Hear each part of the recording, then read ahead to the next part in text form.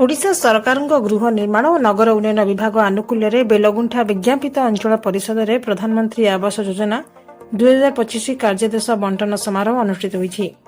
बेलगुंठा नगरपाल फिरोज सेठी अध्यक्षतार अनुष्ठित यह समारोह में मुख्य अतिथि रूपे सोरडा विधायक नीलमणि विश्वई जोगदे आवश्यकता थिबा समस्त हिताधिकारी गृह जोगाई देबा पई डबल इंजिन सरकार प्रतिश्रुतिबद्ध थिबा बेले प्रत्येक हिताधिकारी किस्ती अनुଯାୟୀ मिलुଥିବା गृह निर्माण राशि को सठिक विनियोग करने सहित निर्धारित समय गृह निर्माण कर प्रोत्साहन राशि फायदा उठावा परामर्श देते। अन्यतम अतिथि भाव युव संगठक जितेन्द्र नायक और सांसद प्रतिनिधि नारायण साहू जोग देते। आज कार्यक्रम में विधायक विश्वई 132 जन हिताधिकारी कार्यादेश बंटन करते। कार्यनिर्वाही अधिकारी विभूतिभूषण बेहरा यह कार्यक्रम को संयोजना करथिबा बेले समारोह में सम्मानित अतिथि रूपे काउंसिलर भास्कर पात्र, दिव्यरंजन दास, लीजा बेहरा, प्रियमदा सामल, विश्वनाथ दलई, प्रतिमा स्वाई प्रमुख उपस्थित थिले। बेलगुंठारू शिवराम चौधरी रिपोर्ट, श्री न्यूज।